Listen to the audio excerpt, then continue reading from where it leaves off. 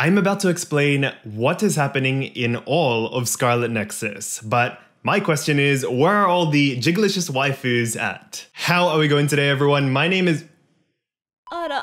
How are we going today, everyone? My name is Rakun. Thank you guys so much for clicking on this video. You have Yuki in the background having her beauty sleep, deducing what is going on in the story, as well as to prepare you for our upcoming streams. It will be out in around the 25th of June 2021. I will also be diving into the cosplay guides, which do have some little golden eggs ready for us to find. So without further ado, let's get right into the Nexus. It's a post-apocalyptic setting in the distant future which has a similar environment to Code Vein. Code Vein was deduced to have been set in the late 2070s, so just a small prediction, I do think that Scarlet Nexus is set in around 2080s, 2090s, around the time of the end of the century. However, that is just a prediction from all the buildings that we see and how apocalypses hinder technological advancements. The uniforms that you see in the trailers are essentially like the police of this world, which aim to defeat the others, quote unquote. These mutants that came down from the sky who like to eat human brains. Now, I theorize that these mutants are creations of future humans. Since they have the inanimate objects mutated within them, there has to be some sort of human interference or activity that comes with them.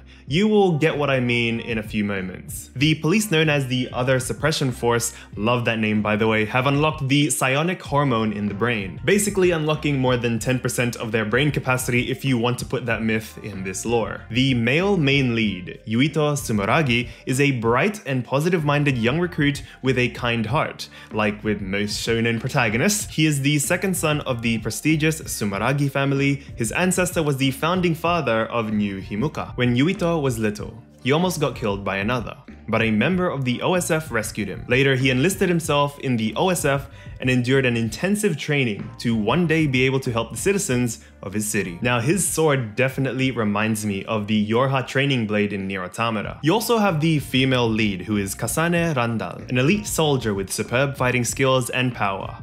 She was scouted by the OSF and has graduated at the top of her class. Cool and confident, she is usually indifferent to people around her. She reveals her real, kind self only to the ones she trusts, like every tsundere second character. She lost her parents in another attack as a child, and was adopted by the Randalls, a family running a huge military corporation. Now that is just some Mikasa Annie type of vibes, damn. Some of the OSF members are able to activate these red tubes on their backs, which also activate a black geometric kind of mask. I believe connecting to these realms are kind of like the ultra focus mode in Astral Chain, but in this case you get to kill these mutants a little bit easier, or actually more easier. Since stronger mutants aren't susceptible to conventional attack methods, extreme measures are needed to battle the overwhelming threat and to ultimately preserve humanity. The conventional attack methods, I believe, are referring to just hitting hack and slash. So if you use the ultimate form, the black mask form, or the red tube form, you are able to kill these mutants. I think that's what this website is talking about. So they haven't revealed it yet, but I'm just theorizing. Now, there is a dual story, so I believe this is going to be similar to what they tried to do with Balder in Bayonetta 2. You'll play as Yuito first, then Kasane, eventually meeting up around, I think, possibly 25% in the story.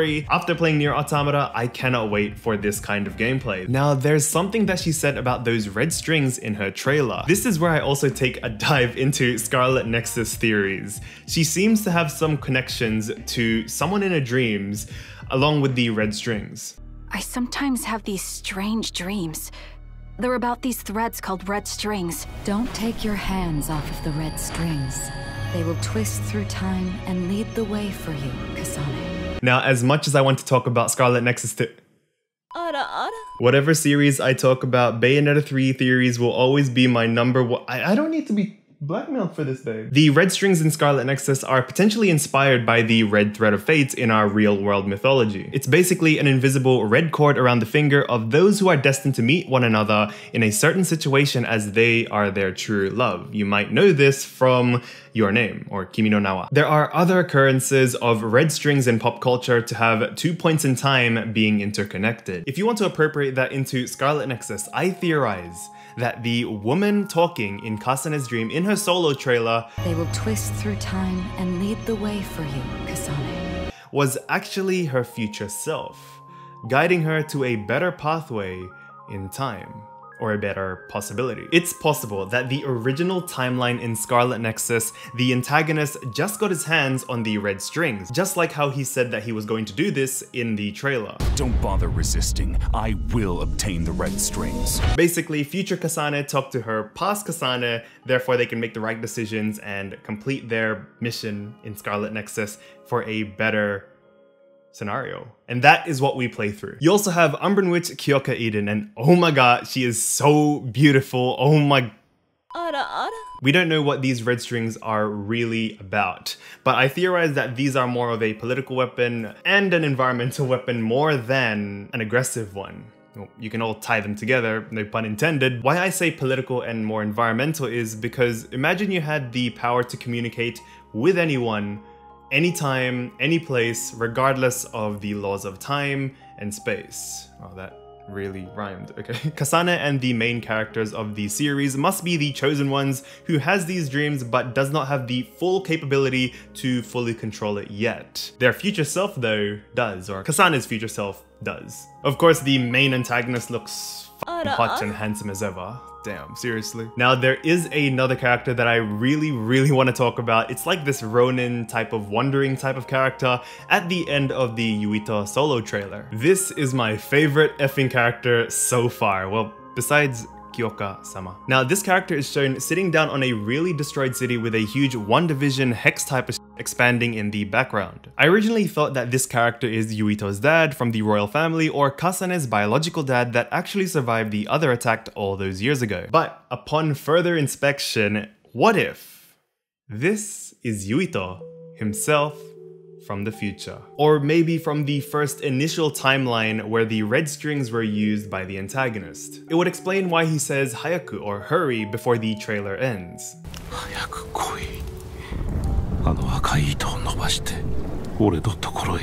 So I'm thinking he's referring to Yuito and the gang, or to Kasane, from the past in order for them to finally get to this better outcome that they've been working so hard on. Sorry, that they missed out on. This is some type of shit. Oh my god. His eyes may have changed color, but it's like this original Yuito has given up on his timeline. I'd just like to quickly point out that Yuito in his ultimate form has these cracks on his eye, or one of his eyes, and I'm thinking that he overused it so much in the original timeline that his eye color changed. His eyes look dead, miserable, so maybe that is what happened. Could future Kasane and future Yuito have used their last remaining red strings to communicate to their past selves in order to save them? Remember the mutants that I theorized to be creations of future humans? They crave human brains. I just thought that what if they were directly sent to the past to sabotage future Kasane's plan? I theorized that the future antagonist knows that future Kasane communicated with her past, so they sent the others years before Kasane was even born, to the point of even killing her father and mother. Sorry. Now that is giving me a lot of Looper vibes, but the others could be humans from the first timeline that aren't able to use their psionic hormone properly. The antagonist in the future would gather them, mutate them unnaturally, and send them back in time to jeopardize future Kasane's plan. But again, just very suspicious. Remember, these are just theories, as I've said for the whole past year. All I ask is to hit that like button if you enjoyed, or if I sparked some ideas in your mind, please comment them down below. If you want to see more of these Scarlet Nexus theory videos, please let me know. I'm not sure if Bayonetta will like that though. But as always, I'm Rakun, and happy theorizing. So you have this confusing time loop of interfering with future Kasane, helping her past self, but then that's what their past selves are fighting, and you know what, never mind.